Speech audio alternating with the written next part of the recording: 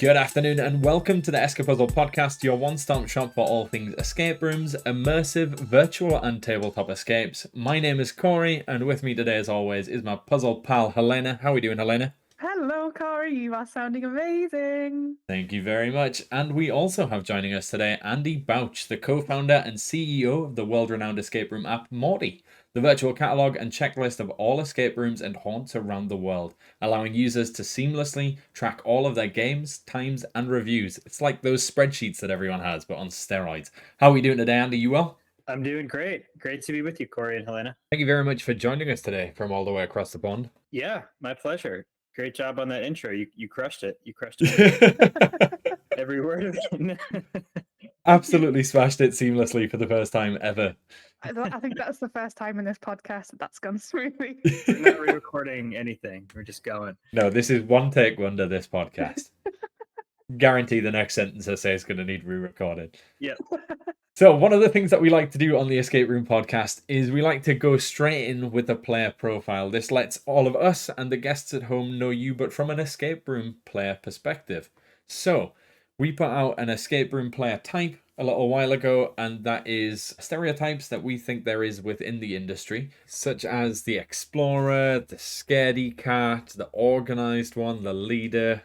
So which would you say you are in an escape room environment? I feel like I'm a combo maybe of a couple. There's times that I'm a puzzle nerd. I feel like early on when I was playing escape rooms too, when I was more nervous, I would really just like focus, and blast through a puzzle.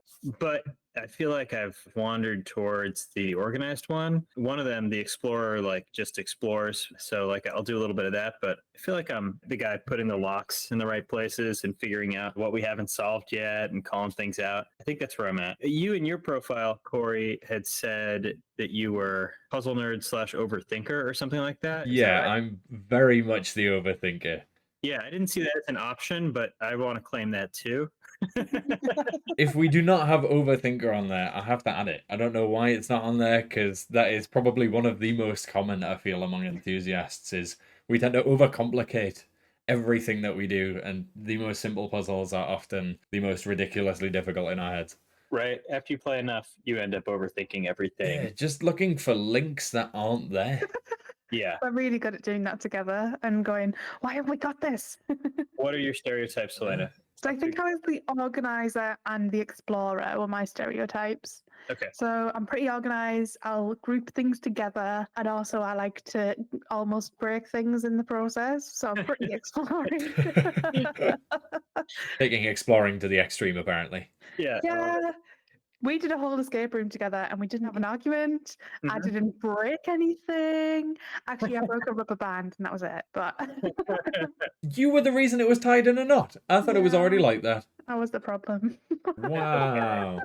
That's a good one to break if you're going to break one. Yeah, true. Yeah. And I hope that they've got loads spares, because if you don't, come on. Come on. You're gonna have extra everything in an escape room, I feel. I think so, but some things are more expensive and some things are rubber bands, right? Yeah, I Yeah. could have broken a door or, Maglocks, expensive electronics. yeah. I've never broken anything super expensive. I've definitely been with people who've like dropped like a picture frame or something, and then I'll just back away and be like, it wasn't me. I didn't. Was the ghosts. I don't know this person. I've watched people break expensive stuff. I've watched somebody tip over a whole computer tower. You were watching a game going through, or you were part of a team and you saw this? No, I was running the game. Oh, okay. I mean, that doesn't justify it, but Yeah, I very, very rarely had to stop any game, but I did have to stop that one and just go in and go, still work it. And like it was, like kind of early 2000s towers. okay. They were built like bomb shelters anyway. Yeah. Yeah. Those are fine. That's fine. But it didn't just fall over, it fell off a table. So I was like, oh, this is the end of this PC. And like it matches the theme of the room perfectly because it's kind of like old lab. I think it only had like a couple more weeks left in it after that. You just stress tested it Yeah, exactly. and it passed. Yeah.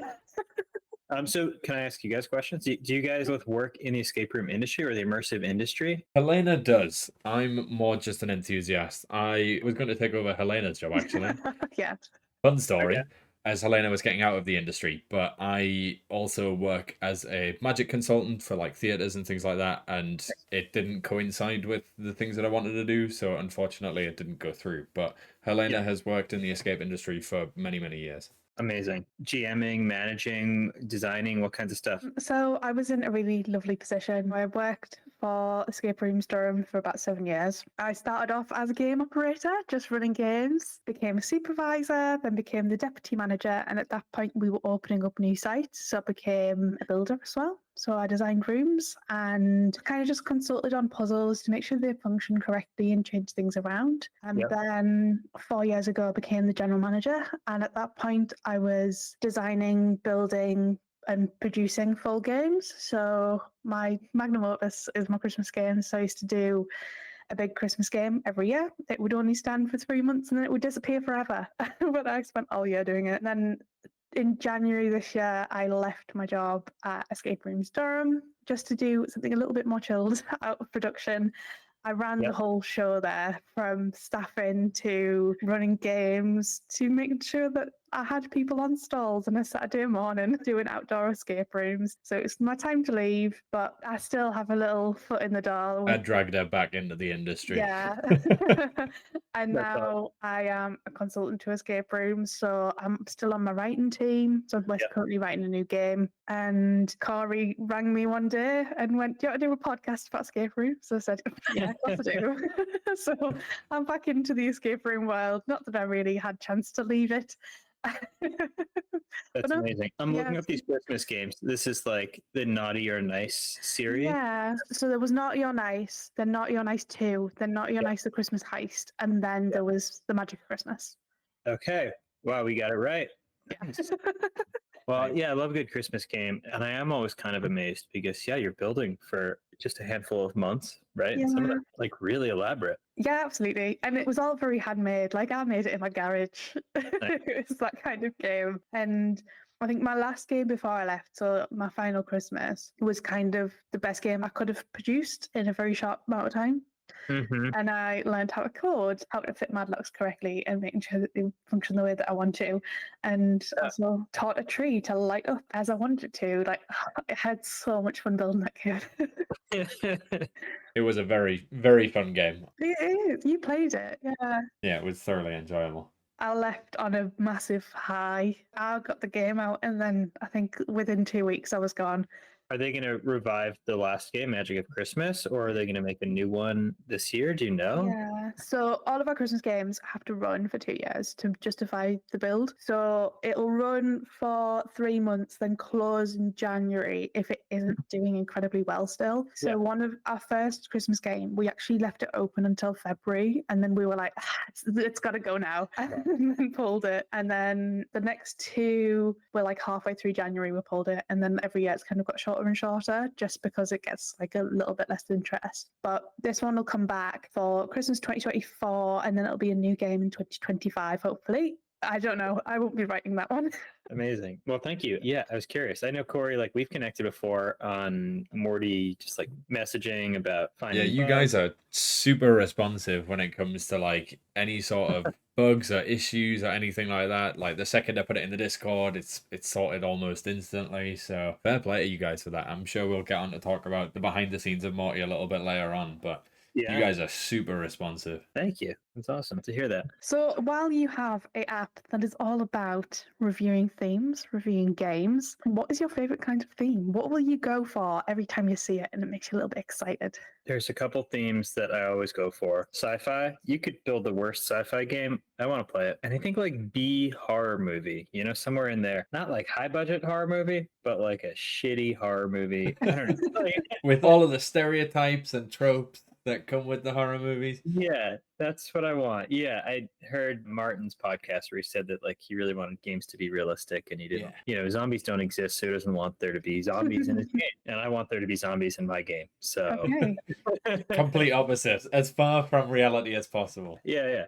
I spent so much time in reality. Yeah, I feel like escape rooms are quite literally that. They're an escape from reality. Yeah. Yeah. It's your opportunity to go into a room and not be yourself for 60 minutes. Totally. Escape rooms and immersive installations and theater and all these things are like sort of a new form of escapism where we can not look at our phone for an hour and go somewhere different than just people yelling on Facebook.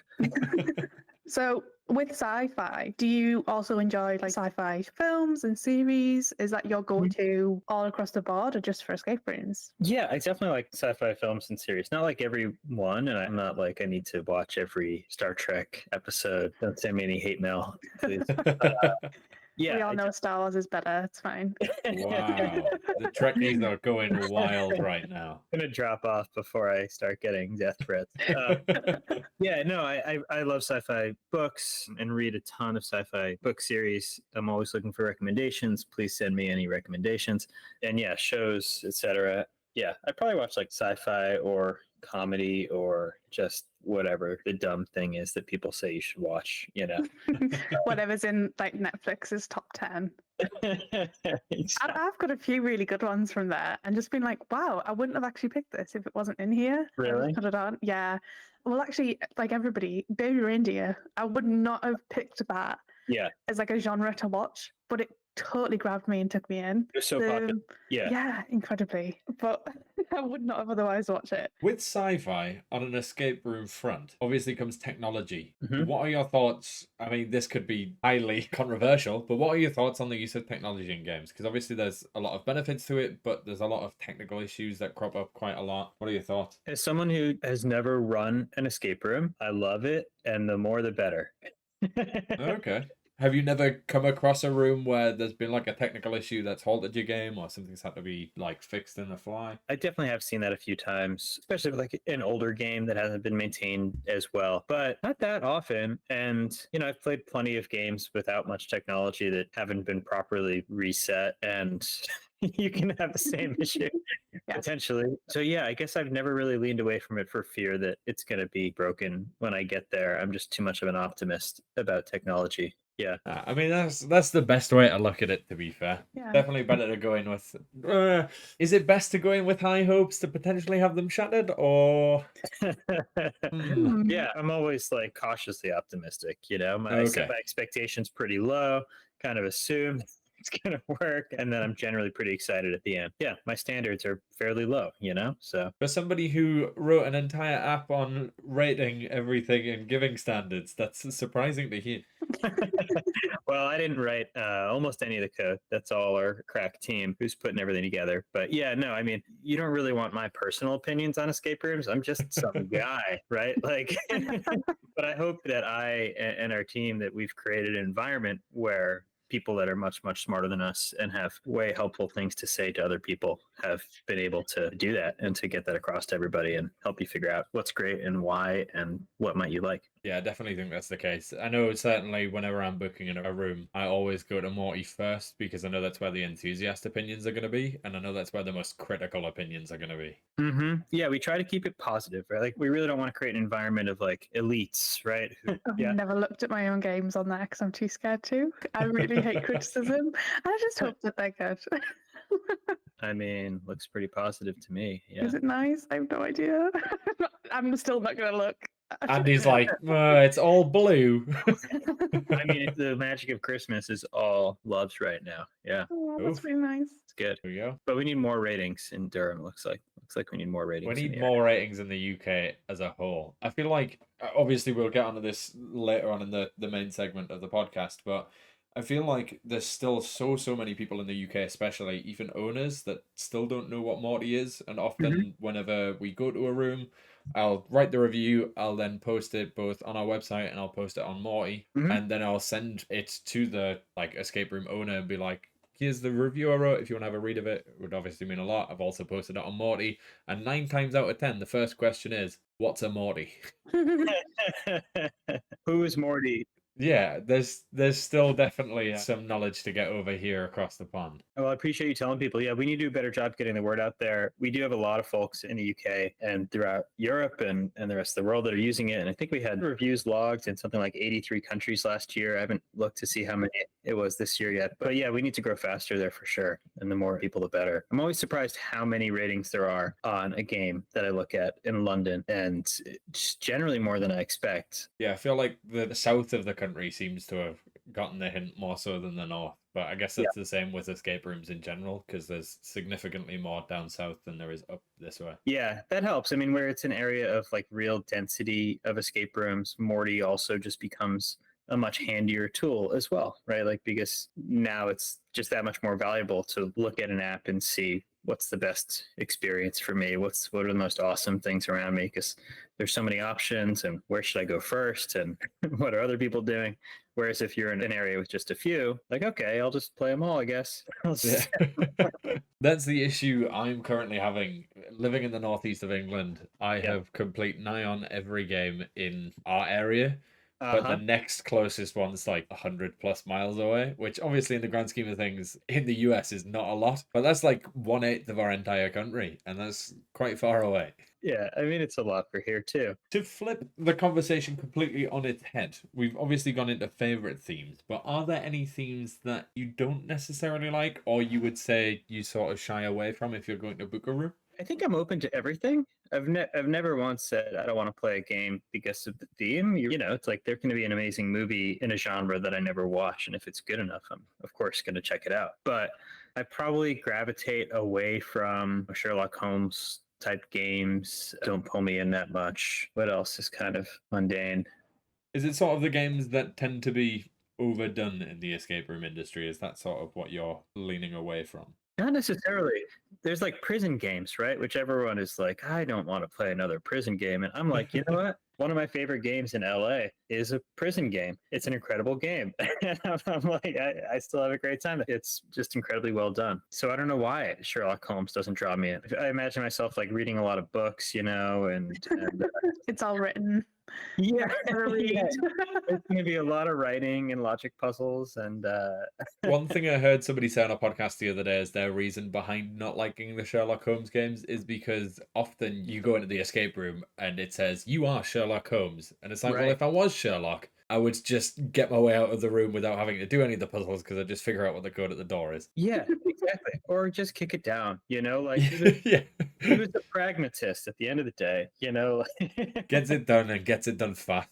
No need for Morse code, no need for deciphering. Yeah, why are we drawing this all out? So, you have obviously done quite a few escape rooms. It's a pretty unusual question to ask the majority of people. However, I'd expect people that build escape rooms and work in escape rooms to have this. I'm not sure whether you will. I hope you will.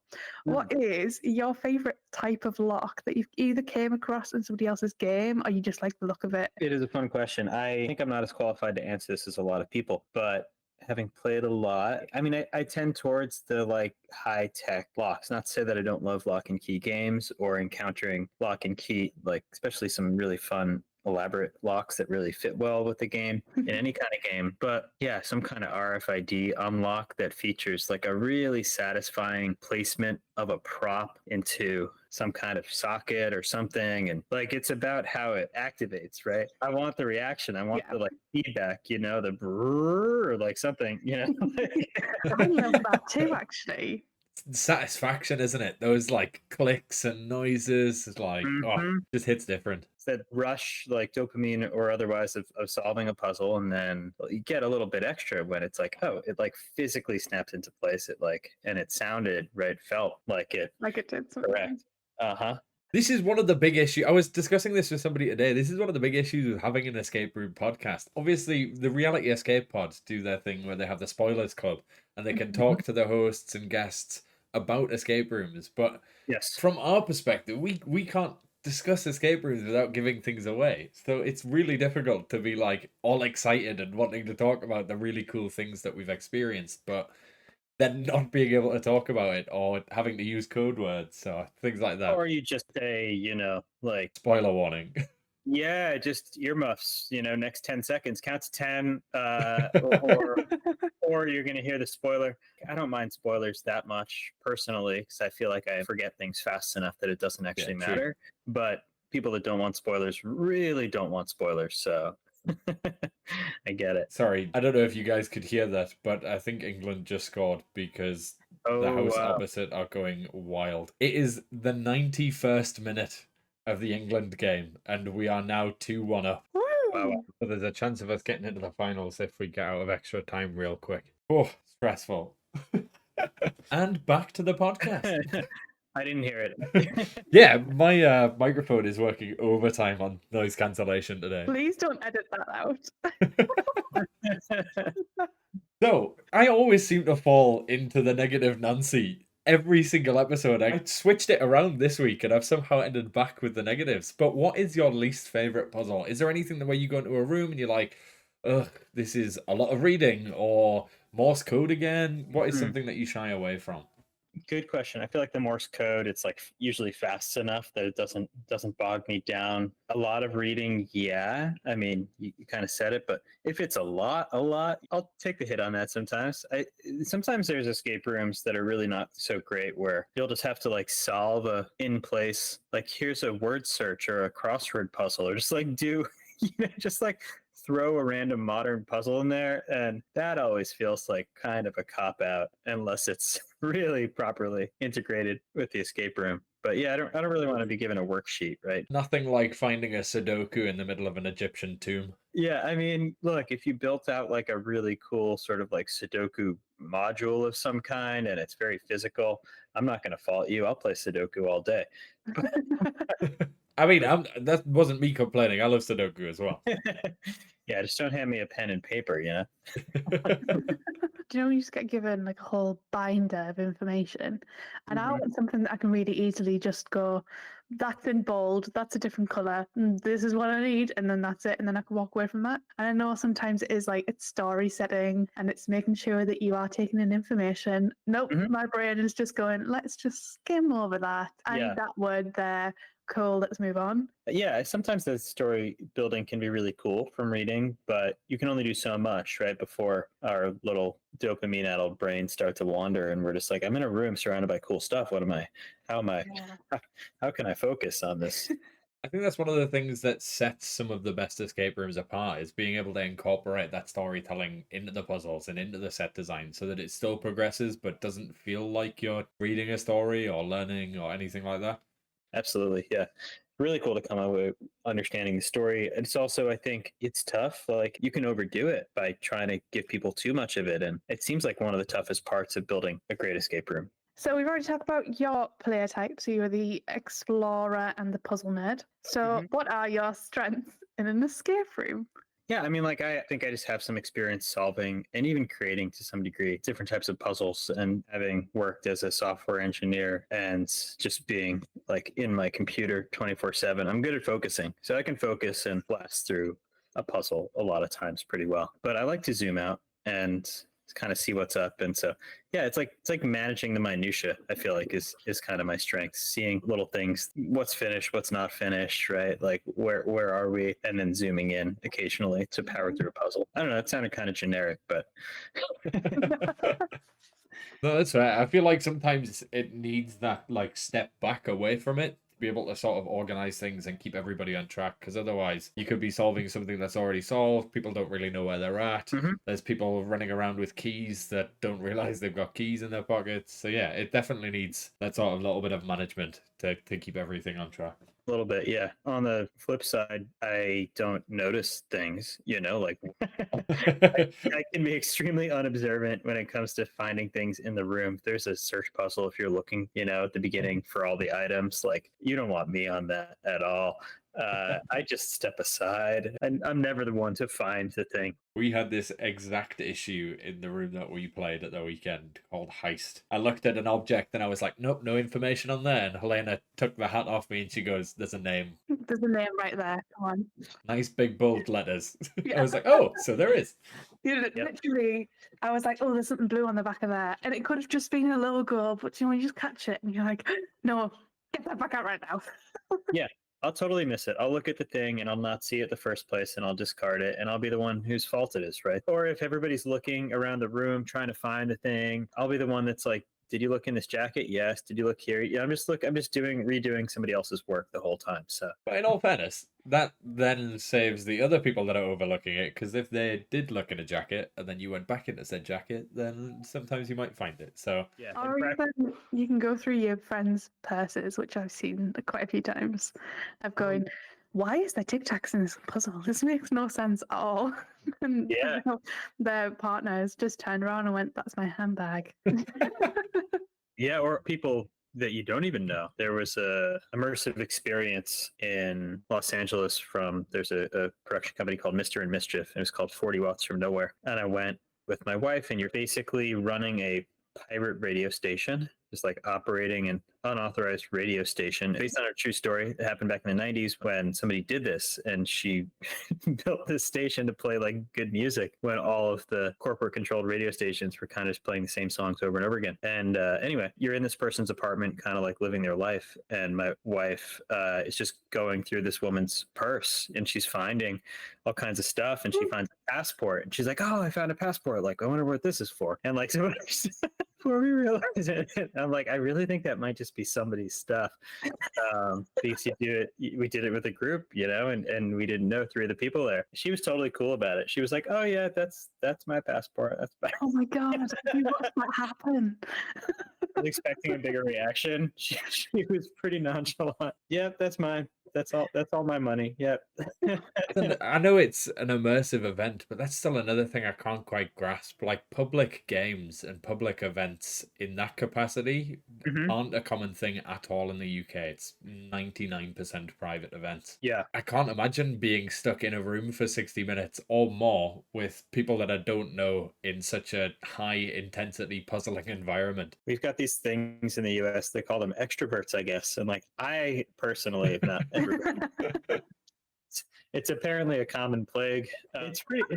I have not got that plague. Yeah, no, I'm not personally afflicted, but I know a lot of people who are, and there are very few public games actually and experiences like that here in the US. But Okay. but there are some. Yeah, you can encounter them, but it's probably 1%. Oh, No, really? maybe not. I don't know. It's definitely less than 10% in the US. It's maybe a couple percent, 2-3% of games are public or something like that. Do you think it tends to be in those sort of quieter environments where bookings aren't necessarily fully booking out all the time and they're just sort of trying to get the numbers through the door? I think it can be. I think, yeah, there's two things. One is those like more rural escape rooms in areas that are smaller and where it can actually be maybe somewhat more of a value add to just like encounter people that you wouldn't have otherwise met. I think you still probably see it there to some degree. There's also one major chain in the US, the Escape Game, which all of their games are public, but they operate it very well. They do a good job with customer service, and it's part of their business model to be located in very high foot traffic areas where people can drop in and just do like instant same day bookings, that kind of thing. So they constitute probably about 50, 60 locations now. Wow. Jeez. Bringing it back to the player profile and being a negative Nancy again, what would you say is your weakness? I know we've already touched on the overlooking and overthinking. Is that as far as it goes in terms of weaknesses, or is there anything else that sort of shines through for Andy? We could talk about my weaknesses all day. we've only got about an hour and a half. So Yeah, I don't know. This is free therapy for me. So yeah, no, I think my greatest are certainly overlooking stuff. My wife says that like she could walk past me on the street and I wouldn't really notice, and that is kind of true. I really don't. I'm just like kind of lost in my thoughts a lot of the time, and that definitely shows through in escape rooms sometimes. Yeah. You're just living your best life. You're floating through the game. That's what you're doing. I like that image of how I am. Yeah. Yeah. It's like a fairy seamlessly flying through games, unlocking locks with a magic wand. Just Yeah, I like the manic so pixie version ethereal. of Yeah. or Conjuring. Overlooking everything, but still somehow unlocking everything. Yeah. Precisely. We've all got that friend that like they just float through life, and you're like, he's Mhm. just so ethereal. How are Yeah. you doing this? Like, I am full hands on the wheel, my eyes are wide open, and this car is still going off the rails. Yep. Exactly. Yeah, I'm trying so hard and you're just like winning, Yeah. over there. So if you could pick anybody to be on your dream team, so it's a team of 5 and you are one of 5. They can be alive, they can be dead, they can be people you know, or they can just be celebrities that actually you just kind of want to meet. Who would be on your dream escape team? For social media purposes, people that you know, family and friends, it's going to be difficult to put on a social media post. Fair, fair.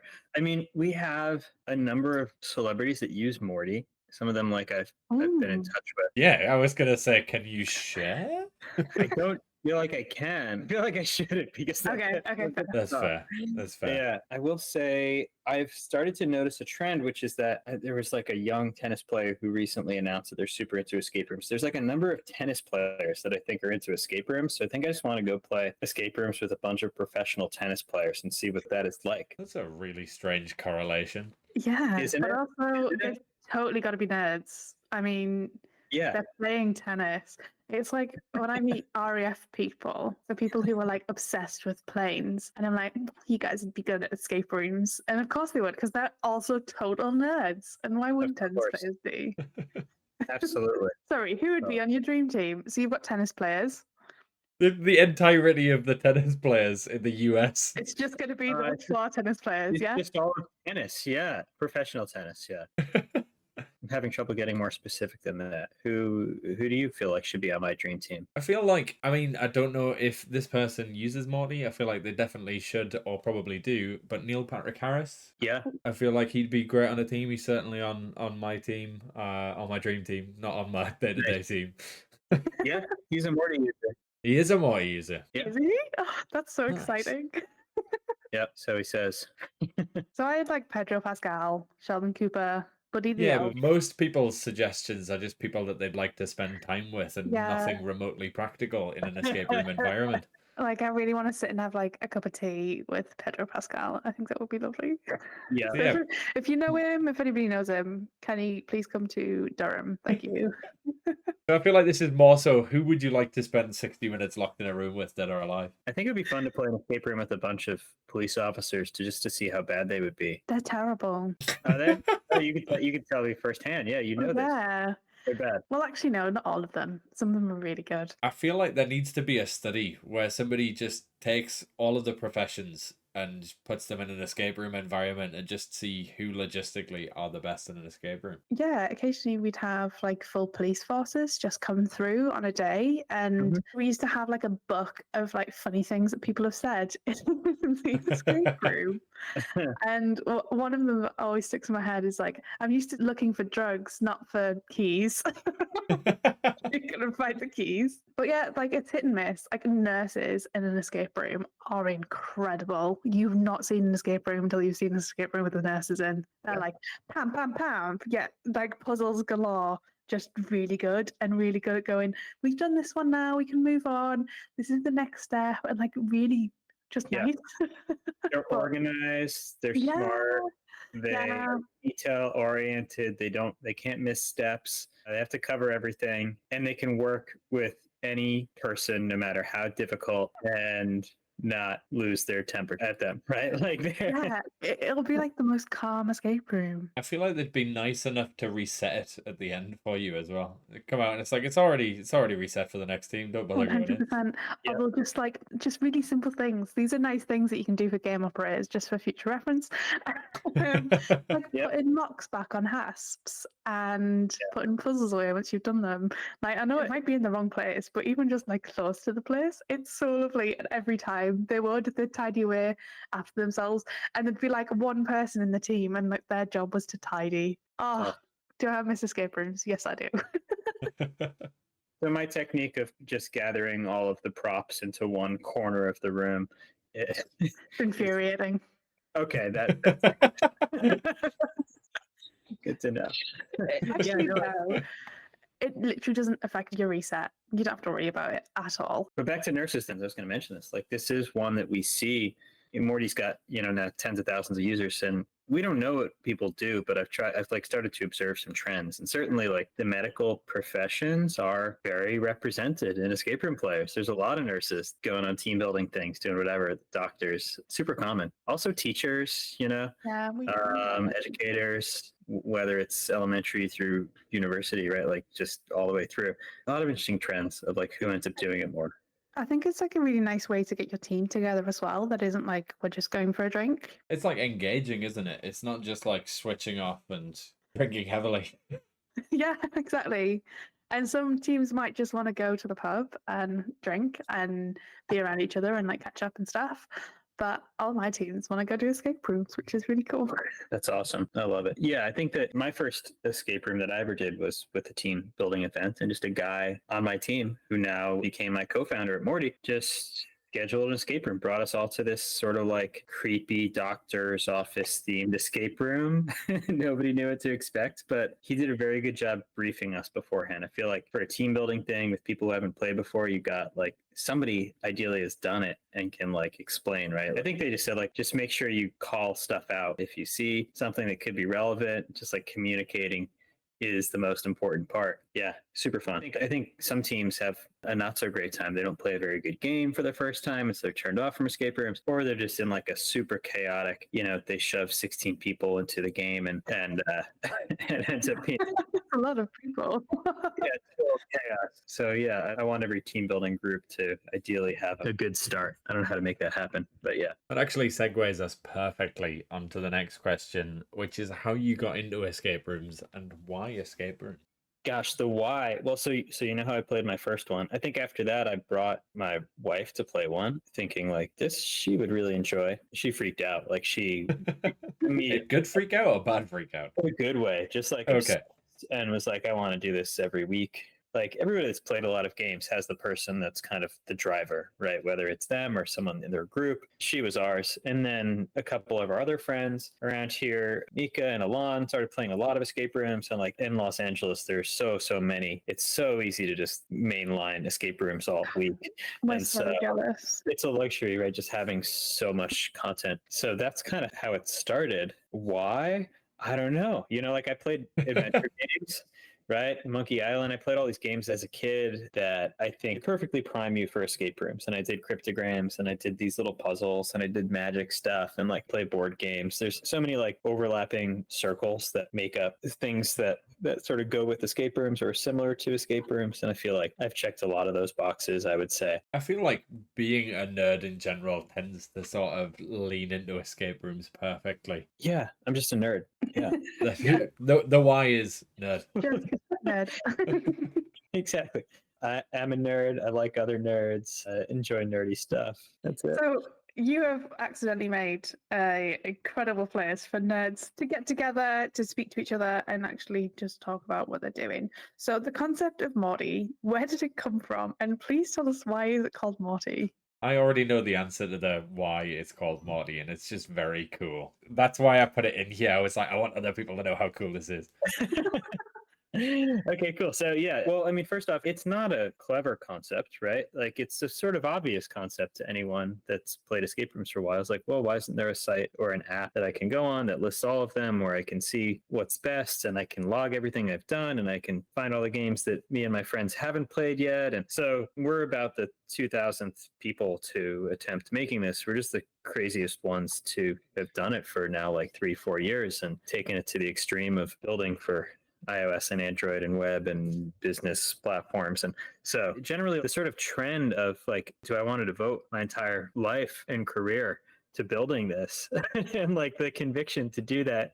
Well, like I've made art in my spare time. In doing that, I started to do some more immersive exhibitions, right? And when the like Museum of Ice Cream came out in New York, and I started seeing all these sort of like selfie museums pop up, I was quick to really make fun of them. I thought it was like kind of a silly Instagram cash grab, but when I became involved with the semi like interactive exhibition here in LA at the Getty Villa and saw just how many people showed up for this interactive exhibition, I started to think like, yeah, maybe Museum of Ice Cream is a silly fad, or maybe it's not. Maybe the ways that people are looking to get together are sort of changing. Maybe, we're all so, as I kind of said earlier, like addicted to our phones, increasingly lonely and like trapped in the house, like kind of looking for new things to entertain us. And the previous bar of just going to the movies or sitting at a bar or going bowling or whatever it was, like doesn't meet where our brains are at, having been exposed to digital media and exposed to just the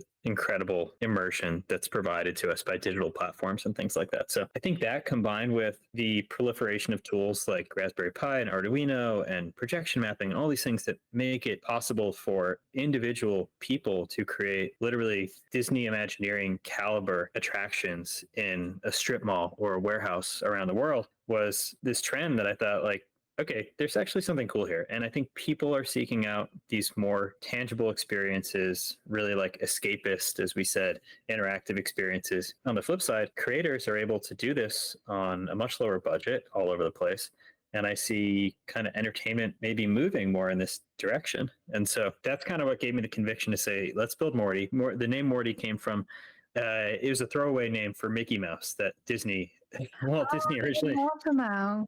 Yeah, That's cool. he was gonna name Mortimer, and then his wife talked him out of it. She was like, "That is a terrible name," and so we took it to run with it. But yeah, it's sort of like we really want Morty to be the app to find every awesome immersive experience in the world and get together with people. And we sort of like to say we're trying to build the biggest theme park in the universe. Right? Like we want not just the escape rooms, but all the immersive theater and art and tiki bars and speakeasies and like all the stuff that kind of goes in this category for us to be able to find it and catalog it and help people get together there. So does that mean, technically speaking, Morty's full name is Mortimer, but only gets used when you're telling him off? Yeah, only if you're mad at us, then yeah. No, if like it's not doing what you want, you're like, Mortimer. Exactly. Yeah. I think it's good to have that frustrated name for your app too. I like that. Yeah. But no, we haven't been called Mortimer before out of anger, and I'm just looking forward to The first time. but yeah, I mean that's kind of how Morty came about. Yeah, I think it's fair to say we've grown it into the biggest, certainly escape room rating platform in the world, and we're almost at 50,000 experiences. We're rounding the bend towards 750,000 games tracked by Morty users, 500,000 ratings. Yeah, My statistics in my later questions are now outdated because this was from a little while ago, but those statistics have are stats? crazy. Yeah. So one of the statistics that I'd seen recently from Morty is that the app was driving over $500,000 per month in bookings, with over 300,000, or as you mentioned there, 500,000 user ratings and reviews worldwide, which is just ridiculous from an owner's perspective, because we have a lot of owners listening as well. What are the benefits of Morty from a business perspective for owners? we will make you more money for free. Sold. There you go. Done. We're just launching sort of like a partner program where we'll drive you even more traffic and make sure we convert people even better so you can make even more money. And it's actually has an extremely low cost at this point. It's kind of a no-brainer to opt into it. We basically give you more exposure and promote you all over the app, kind of decrease the friction of booking so you can book a game with a partner program location in about 7 seconds. It's like the fastest escape room booking experience ever Jeez, created. that's faster than most people's actual website. Yep. And so we're finally doing that, and we're trying to kind of like completely close the circle here and also get Morty sustainable, and that's great. But yeah, like for an owner just opening, we can do so much for you. There are several companies in the US now that have told us they get the majority of their bookings through Morty, and that's wild. More than Google or Facebook ads or TripAdvisor or anything else. So that's been cool to hear. We're still growing fast, and we have a ways to go. But for owners, first off, like make sure we list you. Right? Just let us know you're coming if we don't know already. Let us know when your game's open because we will alert people in the area if we have an opening date as to when it's opening. So that's key. You can link up your availability for free as well. That'll get you more clicks, about 85%, I think, more clicks onto all of your attractions just by showing availability. And then, opt into the 7-second booking thing. Pay us a couple of dollars when we get you booking, and we'll give you so much more stuff. So is that just for US right now, or can it be for the UK too? It's just US so far. We have a few dozen top sort of escape room locations that we started testing with and getting tons of feedback about 2 months ago. And so now we're starting to expand it wider and wider. And so, yeah, we'll have it in the UK hopefully very soon. I feel like it's a no-brainer for escape room owners. More visitors, more money, all for such a small and reasonable fee is just absurd. Especially with the rates that the likes of Google Ads and things like that are asking for, when there's a high chance that you get nothing from it. But with such a narrow niche as escape room enthusiasts, it's almost guaranteed, Cliff. Totally. Yeah, we talked to hundreds of escape room owners and of course have talked to now maybe over 1,000 users, players possibly. And have just been trying to figure out what is the best way we can kind of align the best interest of all the parties, because owners really want more exposure, they really want to reach more people, they want more bookings as well, and they just want to be seen more. And players want to not have to re-enter their email address and their credit card information every single time they book a game and their telephone number. And they want to be able to share, with their friends, here's the invite and here's the calendar information and all this other stuff. So we've been just trying to figure out, like, okay, how do we make this just a total win for everybody? Integrated with a Google Calendar. My life has ran off one of those.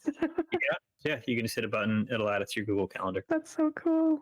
Corey, when we book escape rooms, we can just talk to each other through the app. And another crazy cool thing that Morty offers for a lot of rooms is obviously owners can put discounts on there that are for Morty-specific users, which is super useful as well. That's right. Yeah, we get sent a ton of discounts and a lot of information coming in directly from owners now, which is great. Owners can claim their business as of just like 4 or 5 months ago and get access to the business dashboard for free. But yeah, we get now per week, it's probably like 300 plus submissions of edits, new games, changes, etc. from our audience. And so yeah, it sounds crazy. We touched on it earlier. Obviously, one of the most unique aspects of Morty is just how active you guys are as a team. Obviously, it's not just yourself. You have an expansive team that are working at this non-stop, doing research into new rooms, what's opening, availability, times, things like that. But one of the main things that I'd noticed is just how sort of adaptive you are and how willing to change and take on suggestions. Like you guys have in your Discord suggestions for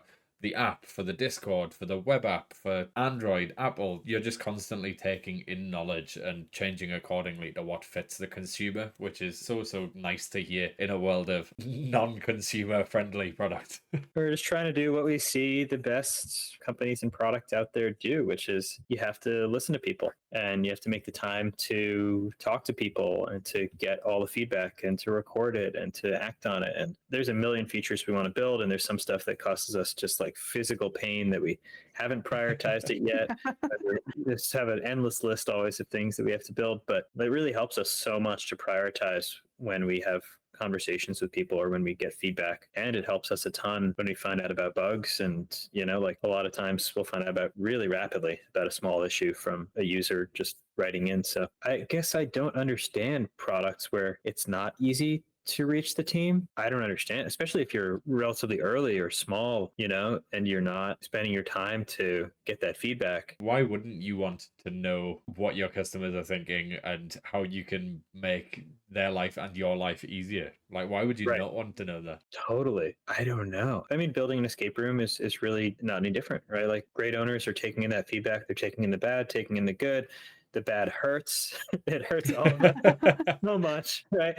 And you have to keep yourself open to it, right? You cannot close yourself down to it. And if you hear that same bad feedback twice, like, you probably should be listening to it even once if you know that it's right. So it's just a constant kind of iterative process, and we would really be nothing without the community that's written those 750,000 games, blogs, and ratings. Crazy. We would be nothing without our data operations team that's entering all this, and our engineering team and our product team. You go to our about page and you can see all these folks that are working on Morty, full or part-time, all our advisors from different areas, like the room escape artist folks and really brilliant people like Rotten Tomatoes founder. And so yeah, it's like it really is a massive force of people that have helped us to become what we are right now. It sounds like you're incredibly proud of the team that you guys have, which is so wonderful to hear from like a CEO, because a lot of people just like to take in the money and roll in it and and just leave the company be. But it's very evident that you're super passionate about not only the community that you've built, but also the team that you've built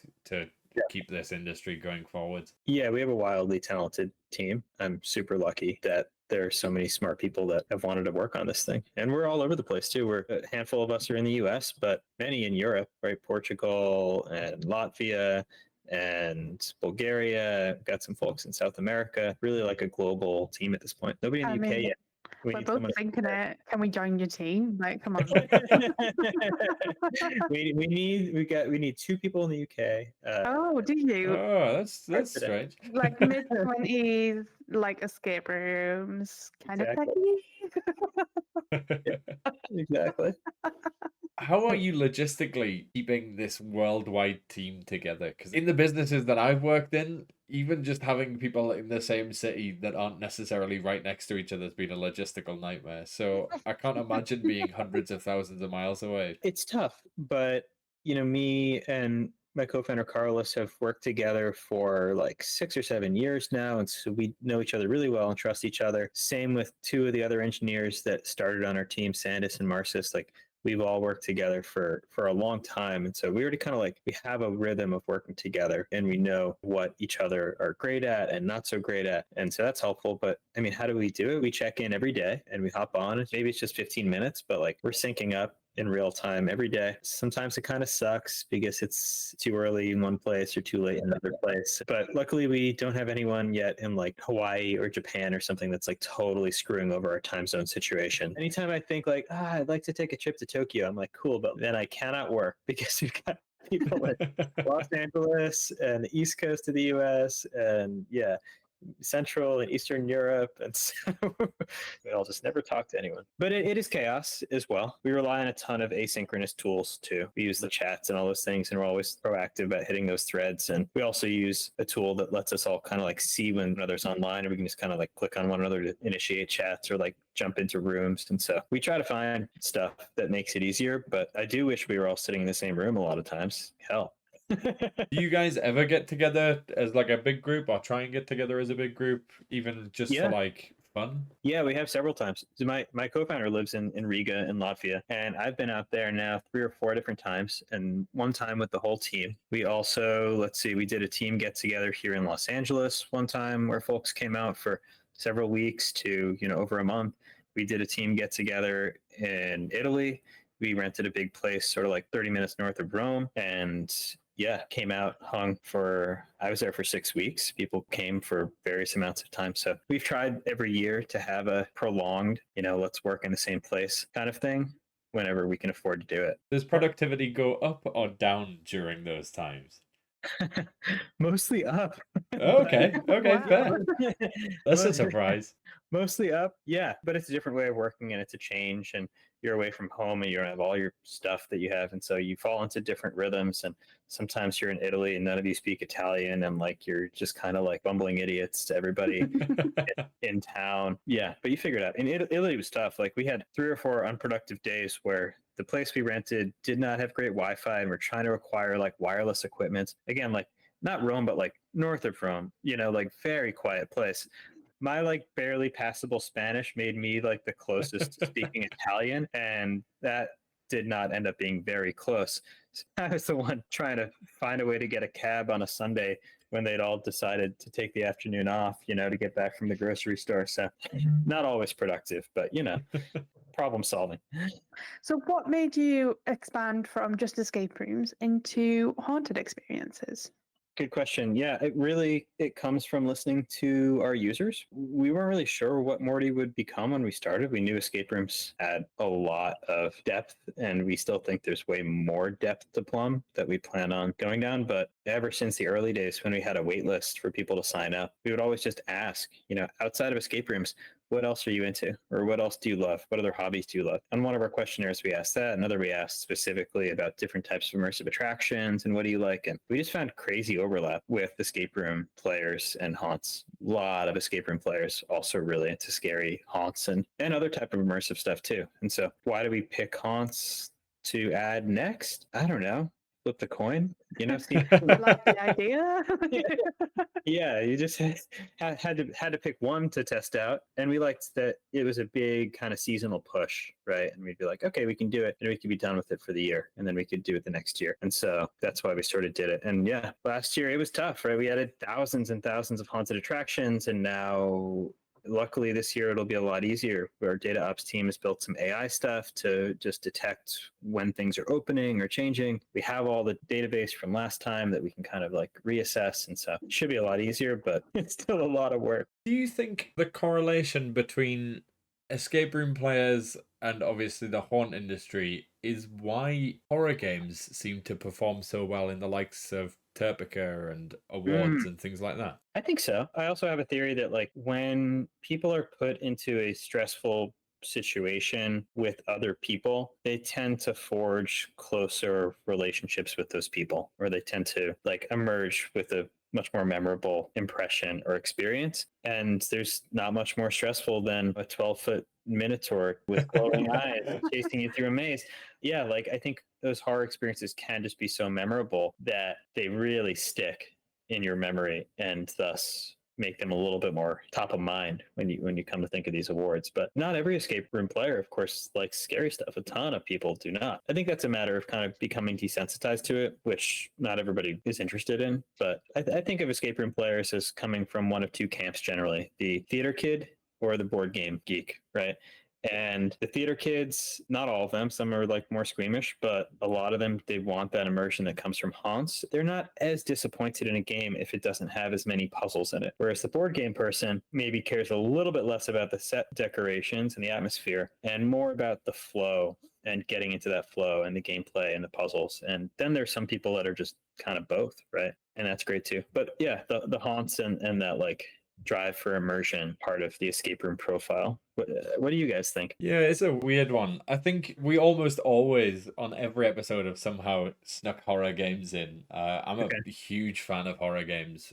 Cool. And I do think it is down to, as you mentioned, fear is unlike any other feeling that you can replicate. Obviously, joy's fantastic, sadness is good when it can be, but I don't think there is a feeling quite like fear. It's why things like haunt attractions and theme parks and roller coasters and things like that are so attractive to people, is because it's a feeling that you can't really get legitimately through any other means. Absolutely. What about you, Helena? Do you do scary experiences? How do you feel about them? I do. I like a scare maze. That's kind of my go-to. If I want real, scary, ghosty, good stuff, I go and do scare mazes. But there's one that's not even that far from us. And you get put in the back of a van and tossed about a bit, and then you end up in a field being chased by people with chainsaws and stuff. Like, Hell yeah. the amount of times, even just in like escape rooms, I have dropped the floor because I've been so scared. And I love them. They're some of my favorites. And yes, I like escape rooms. Yes, I love a haunt. But there's an absolute correlation. We're just a bunch of nerds. Occasionally we need to be scared. Yeah. We interviewed so many people from the haunt community before we added haunted attractions, and you wouldn't necessarily expect it. You look at like a room full of people that really like escape rooms, and then a room full of people that really like haunted houses, and they do not look alike, right? Like, yeah, the haunted house people look like you'd expect, right? They're the goth kids, but they're nerds. Like, they're like extremely friendly. They're mostly like really sweet people who are into this fucked up stuff. But yeah, they're nerds just like avid escape room players are too. I feel like there's the same weird correlation there with like the rock community as well. Like, you'd expect these people who listen to really aggressive, to some people scary music, to be really aggressive and scary. But I've been at gigs where I've been knocked to the floor and everybody's stopped and picked me up and been like, "You good?" and then continued throwing hands at each other, which is just wild. That's also why I really like that community. Like, my favorite bar's a rock bar. My favorite festival to go to is like rock festivals. Yeah. Like, they're just nice people. They all are. Totally. Have you been to any haunted houses in the US? I've We've not. never been to the US. Yeah. Come over. It's nice. It's nicer than it looks. It's expensive, man. That's what it is. You guys are so far away. Is it cheap there? That's not what I'm hearing. I Oh don't no, know. it's just getting to you guys. Let's be honest. Not staying. Yes. Yeah. Yeah, it is I far. feel like for the price of a flight to the US, you can get like several weeks at somewhere in Europe. Like hotel, accommodation, food, flight, everything for the Yeah. price of a flight to like Florida or LA. Yeah, and there's so many destinations in Europe that are amazing. It's like endless places to check out. So And also, you don't really have to fly anywhere once you're in Europe. You can just drive everywhere. right. Yeah, I think that's one of the difficult things with America. I wanted to come to America for such a long time because of how far everything is apart. Yeah. It's difficult to try and fit everything into a trip that I'd Yeah. like to do. Like some things are in the north, some things are in the east, like, and it's so far apart. Yeah, it's fun to take a road trip, but it's, you only have so much time. Yeah, I mean it's vast, so you really have to look at it as like, well, there's different regions of the U.S. and each one of them is akin to me heading to Europe and going to Yeah. a different country. Not that those aren't all properly different countries, but like sort I of. know what you mean. Yeah, I mean, some of your states are like the size of our countries, if Exactly. not like multiple countries. They're So kind of bigger. So consider each state to be a country, and say, I'm going to go to the country of California, right? But like even like Northern versus Southern California, yeah, like these are, you kind of got to do little like regional trips and not try to do too many places at least. I don't know. I like to travel that way in Europe. I don't like to like pop over to just like see the top tourist sites. I kind of like to embed for at least a week and just be like, what is it actually like here, right? Like not like what is the popular place, but like how is it actually different, right, from other places I've been when I can do it. it's nice to get involved in like the culture and what things are actually like and not just what it looks like on the brochure. I can't relate. I'm going to the touristy places. Eiffel Tower, please. See you there. Yeah.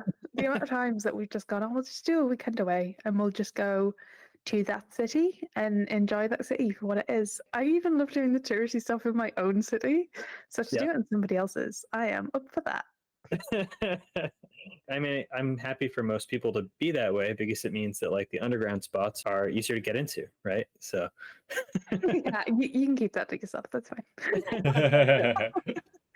I think top of my list by far is like Disney and Universal for me, especially like Universal Halloween Horror Nights.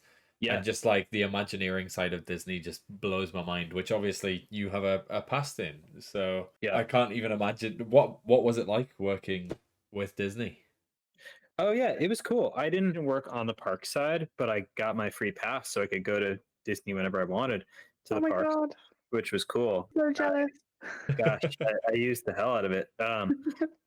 But it was really cool. It was a cool company. There were a lot of like really smart people working in different departments. Just, I mean, it's many companies rolled into one, really many different things. I was working on the first sort of like TV streaming service in the US back in the day, before Hulu existed or any of these other things, when ABC was just launching their content for free, for like US television. But it was cool. It was a cool place to work.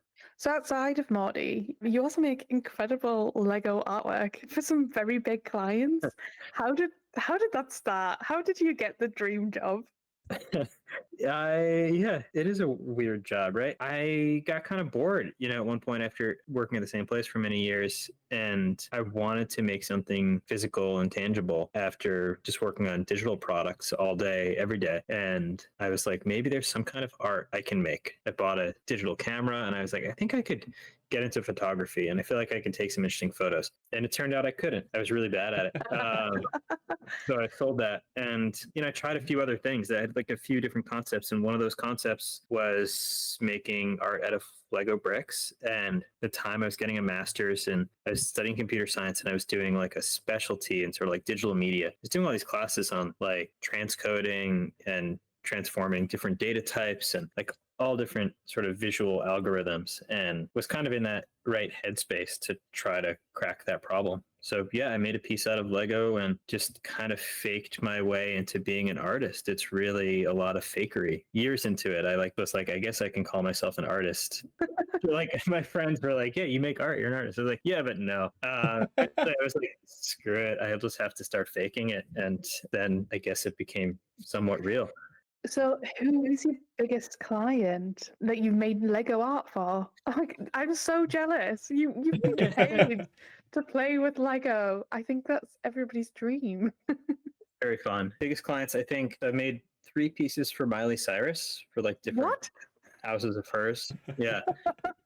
He's probably the most famous, but I don't know, not necessarily. Doing pieces for like Lil Wayne, other people. And you still question whether you're an artist? How does this work? I do. I guess it's a self-inscribed title, right? Like you can never.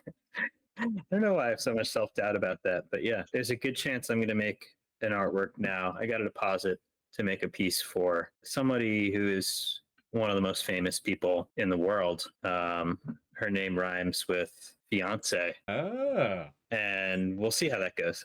I've melted into my office chair. Can I?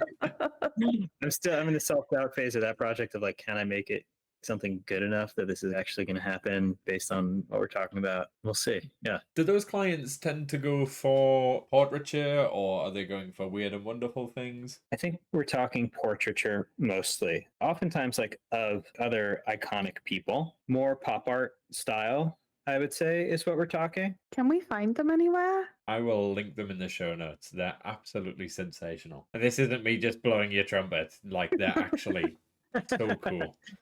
Thank you. Yeah, most of them are on my Instagram. I got to put up some more. It's been a while. Or andybauch.com. Yeah, that's right. On the website too. It'll all be linked in the show notes. There'll be plenty of pictures to revel over. One of the things that you did make on the Lego front was cryptocurrency puzzles, sort of bringing together the escape room and the Lego hobbies and putting them together. And obviously, each of those cryptocurrency puzzles was then linked to a wallet. And if you solved the puzzle, you then got the cryptocurrency, which is ridiculous as a concept. How did that come about, and have they all been solved? It came about because I was kind of like interested in cryptocurrency early on when I heard about Bitcoin in, I don't know, 2013, started like messing around a little bit. And I've never been smart enough to hold it for very long. Just keep buying and selling. Buy high, sell low. That's what I always say. But yeah, I at one point I just thought it would be cool to try to embed some data into some art, or rather generate some art from some data. And I remember back at like a government contracting gig I had at one point, the subject of steganography came up, or just like this idea of like embedding hidden information in plain sight into images or videos, and just started looking into that again. And then thinking like, let me just make something really abstract. Let's throw some Bitcoin into a wallet. Let's throw $20 into a wallet. Let's take the private secret key and let's just make some visuals out of it and see if there's anybody nerdy out there, nerdy enough to solve it. I think I made those starting in 2016, and nobody took any notice until the price of cryptocurrency just skyrocketed in 2018. Then I did a show, and all of a sudden, yeah, everybody in the world, it seemed, was trying to solve them over the course of the opening of the show. So a lot of them were solved. Yeah, it was a fun show. It was kind of like questioning the value of both cryptocurrency and art at the same time, both of which I find like questionable. Like why is one artwork worth this amount and another one worth this amount? It's just like a really interesting dilemma to me. But have all of them been solved? No, there's certainly some out there that have not been. Most of the pieces from that show were solved. I think all of them. I know when I looked on the website, you have a list of them. Yeah.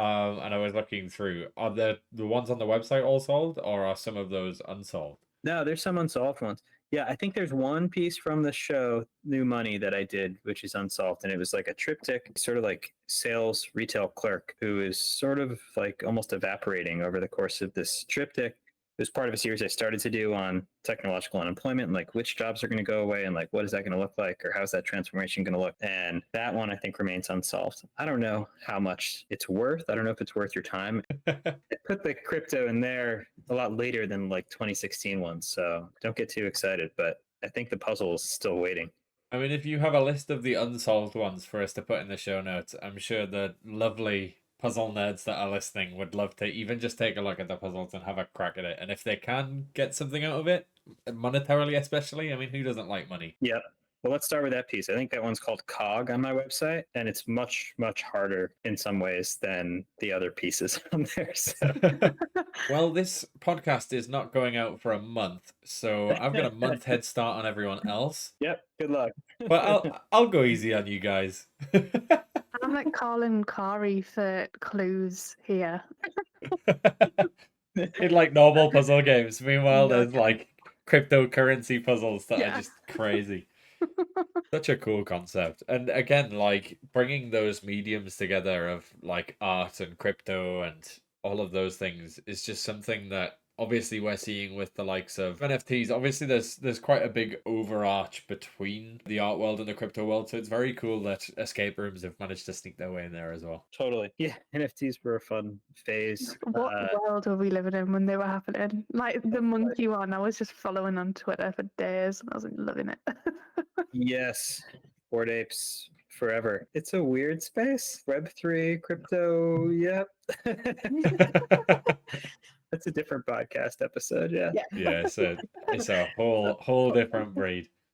But it's very cool. It's a very weird direction that we're going in as a society, but it's also very cool. And again, much like art, it's open to people's interpretation. Some people like it, some people don't, and it's personal choice, personal preference, and everybody's free to their own thoughts on things. So Okay, so to take it back to Morty, if you could give yourself any advice at all before you started working on Morty as a business, what would you say to yourself? Would you give yourself any advice? Would you change how something went? What would it be? Well, I mean, we started Morty like right before the pandemic, so I would maybe tell myself to just start several years earlier or later, so we didn't Didn't have to deal with that. we have to spend a year and a half just like questioning whether what we were working on was crazy. But business advice, I mean, I think that, I don't know, I've worked in the software industry basically professionally my whole life, right? And like started as an engineer and then worked like managing teams as the CTO. I feel like one thing that I sometimes forgot, like I think I always had the right mentality when it came to trying to prioritize getting the right things done and trying to like get everybody aligned. I feel like there's a part of that also that is just like make sure you are also the most likable person in every situation too. Like sometimes I forgot, you know, and I was kind of annoying, right? Or I'd be like, we should really do this, or like sometimes you just have to shut up. And just like don't forget that like I've now seen like so many people that are like okay at their job or like pretty good but are just so damn likable that they just keep getting promoted to the top of wherever they are because they're always able to like deliver the message but in the right way that everybody kind of wants to hear it. I've struggled with that always, just like I just really want to be direct and just like kind of get to the core of it, but getting people excited, making sure that like people just like want to have you there as part of every step of the way is a huge part. Just be likable. Yeah, and it's quite difficult to go, am I being the right person for what they expect me to be? Like, I have that constantly, and I'm in a position where I don't need to really question myself, but I'm also, I'll still step back. I'm a leader of a team, doing exactly what I expect myself to do, and a little bit more, but I've still got that anxiety that says, are you doing this right? Or are you being a good leader? Are you being a good person? But you also just gotta go, stop being so annoying. Yeah. Like, don't put yourself. It's also not fun, to work for someone that's like second guessing himself all the time. So you're just like, hey, can we get to work, right? So you're working with people that just like want to get shit done and get genuine enjoyment out of their job. Then they're like, cool, we don't have time for that. Yeah, but changing teams and being in like a kind of team that just gets stuff done. Oh God, it's lovely. Yeah, just like find your way to those teams is so critical. You can really waste so much time. If you're not sure if you're on a team that is really like a crack team, then you're definitely not. You know? You've got to double check it.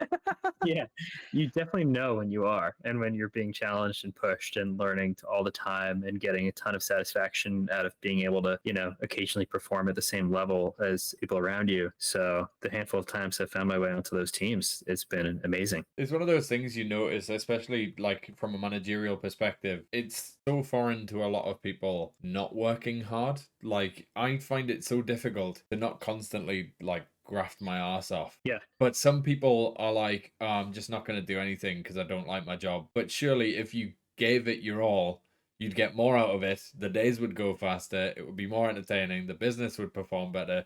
You'd get more benefits out of it. Like, it's just madness. Totally. Especially earlier in your career, like, you really do have to work hard. I had work-life balance easy way. to some degree, but, like, not maybe as much as I would have liked. I don't know. You kind of have to work your ass off, right? But it helps, certainly, being in a job that you enjoy and feel so passionate about, because then the work-life balance sort of blends together somewhat, which I mean is good in some ways and also not necessarily great in other ways. Yeah, no, that's true. The only times I really like kind of didn't work my ass off was in jobs where I was really not motivated by the job or what we were building or what we were doing or the culture looking back. So yeah, it's just those are the only times I've been lazy. I'm going to change the question that was going to come up ever so slightly. Normally, when we have guests on, they tend to be escape room owners.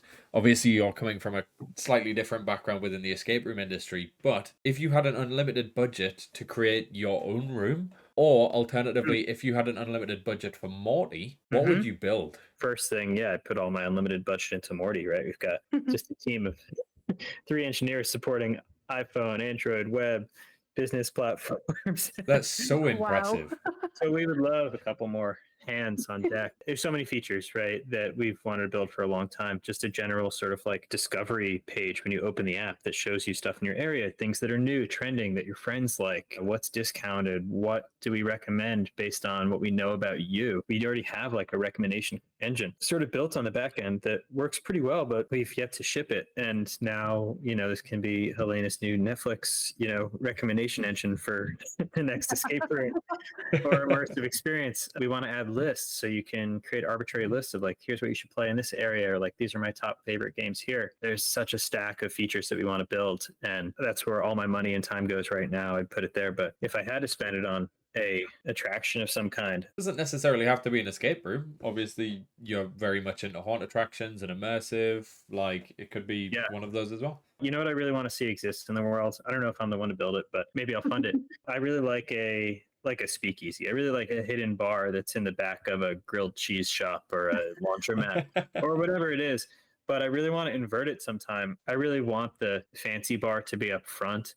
And then when you go through the employees only door or something in the back, it just takes you into the shittiest sports bar you've ever been to. Like, total trash, but that is the secret bar. And so if you really want to go to the secret bar, you can go there, but it's just like playing old football games that like, are staticky and you can't watch or hear. They only serve one beer and it's the worst beer and like it smells bad. And that sounds abysmal, but I want to go. That's the secret bar, right? So you want to go to it, but do you want to be there? Do you really? I wonder if, obviously, on the concept of sort of exclusivity, I wonder if people would pay more or do more to get into those kinds of places because it's so exclusive, regardless of what the attraction and environment actually is like. I think everybody's been in that position. I was like, it costs £20 or $20 to get into this club. It must be good. So there's a proper dive bar in Newcastle. I won't name it, but it's so expensive to get into it on like a Saturday night. And the amount of times I've got into it and gone, oh yeah, this is a really disappointing place. It is packed. That's awesome. I love a good dive bar, but not a bad dive bar. Yeah, no, I think people want exclusive stuff. We have this sort of like hype boy culture now. I don't know what you call it, where people just, Supreme or one of these brands sells anything. A fire extinguisher with a tiny logo and everybody wants it. I mean, on the same side though, obviously on the hype topic, have you seen what the likes of Mischief are doing?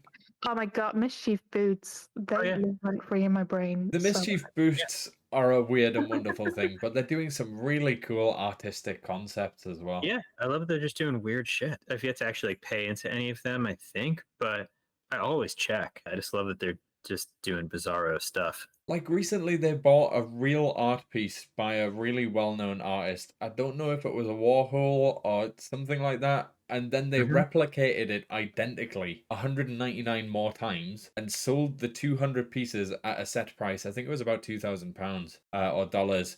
And you have the chance of owning the original piece, but you don't know whether it is the original piece or not. And nobody of those 200 buyers knows that it is the original piece, which is such a wild concept, but it's so cool. I love that. Yeah, art is made up. The value of art is made up. Art's not, but why is it worth that much? But there's this collectability culture, right? That's like part of that Supreme phenomenon that I think, not to say escape room players are like Supreme people, but there's a completionism, a skew towards collecting everyone and collecting all the things that does go hand in hand with a lot of people that get super into escape rooms and stuff and things like it, or board games. You devilish bastards have capitalized on this by giving swanky badges in your app that I want to collect all of them. Yeah, we give you silly badge.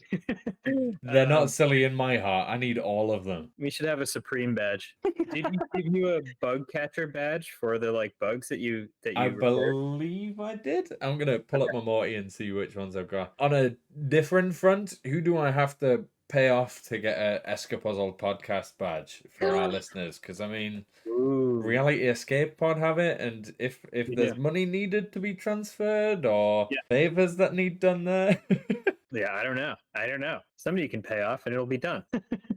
I'll figure out who that somebody is. I did get the bug catcher badge. Okay, it's our ugliest badge by far. It's like a one-eyed cat person thing. Can you screenshot it and send me it, please? I certainly will. I'll pop it in the show notes for everyone to see. It looks like a child designed it, but no, it's a full-grown adult. It is incredible, to be fair. I mean, some of the badges are absolutely phenomenal. And just to sort of push on that, the fact that people have tattoos of some of the badges is crazy.